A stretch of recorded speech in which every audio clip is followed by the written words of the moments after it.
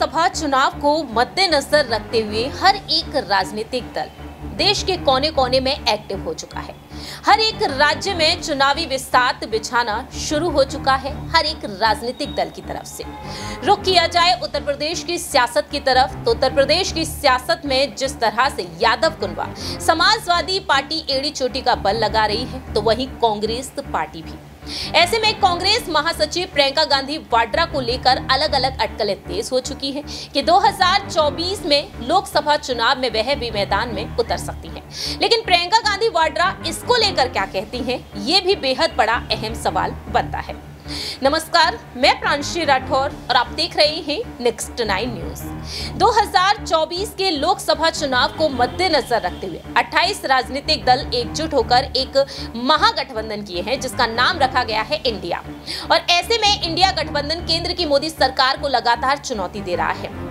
ऐसे में देश के प्रधानमंत्री नरेंद्र मोदी के खिलाफ चुनाव कौन लड़ेगा, इस पर सभी की नजरें टिकी हुई हैं कि आखिरकार उनके खिलाफ इंडिया गठबंधन की तरफ से प्रधानमंत्री पद की दावेदारी के लिए किसे आगे किया जाएगा।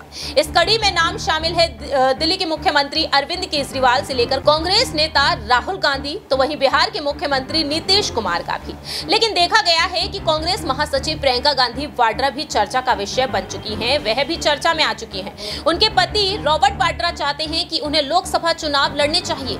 लेकिन दूसरी ही तरफ देखा जाए तो प्रियंका को लेकर कांग्रेस नेता आचार्य प्रमोद कृष्णम का कहना है कि अगर 2024 में वह मैदान में उतरती हैं तो उन्हें चुनाव वाराणसी से लड़ने चाहिए, वाराणसी से उन्हें उतरना चाहिए, क्योंकि वाराणसी से पीएम मोदी को वह कड़ी टक्कर देने में सफल हो सकती है।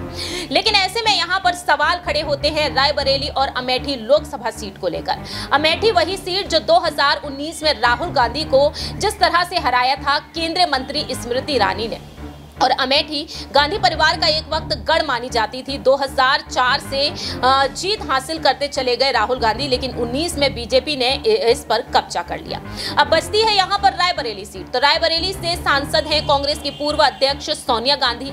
सोनिया गांधी स्वास्थ्य संबंधी समस्याओं से जूझ रही हैं। ऐसे में प्रियंका को लेकर अटकल तेज है और कार्यकर्ताओं की मांग है कि अब प्रियंका को रायबरेली से उतारा जाना चाहिए। और इसी बीच देखा जाए तो अब प्रियंका गांधी वाड्रा से हाल ही में सवाल पूछा गया कि आने वाले समय में लोकसभा चुनाव में क्या वह ताल ठोकेंगी।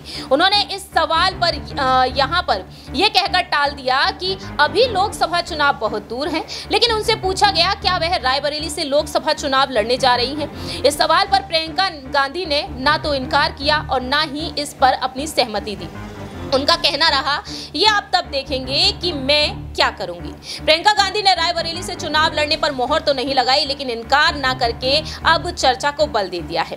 ऐसे में यहाँ पर सवाल यही खड़े होते हैं कि यूपी में कांग्रेस की एकमात्र ऐसी सीट है रायबरेली, जो 2019 में कांग्रेस ने जीत हासिल की। राहुल गांधी को लेकर भी इस सीट से चुनाव लड़ने की अटकलें तेज हुई हैं। अब देखना होगा कि कांग्रेस के राष्ट्रीय अध्यक्ष मल्लिकार्जुन खड़गे, सोनिया गांधी क्या वाकई में प्रियंका गांधी को अब लोकसभा चुनाव में उतारेंगे या फिर नहीं। अगर उतारते हैं तो प्रियंका गांधी वाकई में यहाँ पर टक्कर दे पाएंगी पीएम मोदी को, क्या वाकई में वह टक्कर दे पाएंगी यहाँ पर रायबरेली से बीजेपी के उम्मीदवार को। क्योंकि पीएम मोदी की बात हमने इस वजह से की क्योंकि बात यहाँ पर वाराणसी से चुनाव लड़ने को लेकर भी आई है।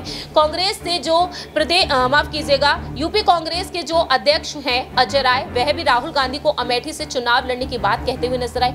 हालांकि इस बात पर मोहर नहीं लगी है, न ही राहुल गांधी की तरफ से कोई आधिकारिक बयान आया है। तो अब देखते हैं कि प्रियंका को रायबरेली से आगे किया जाएगा या फिर अमेठी से, क्योंकि कहा यह भी गया है कि अगर राहुल गांधी को रायबरेली से उतारा जाता है तो प्रियंका कहीं ना कहीं अमेठी से उतर सकती है, महिला वोट बैंक को वह बढ़ावा दे सकती है। लेकिन इस पर आपकी क्या कुछ राय प्रतिक्रिया है, कमेंट सेक्शन में आप अपनी बात रख सकते हैं। फिलहाल के लिए हम चलते हैं, बाकी की तमाम अपडेट्स के लिए आप देखते रहिए नेक्स्ट 9 न्यूज।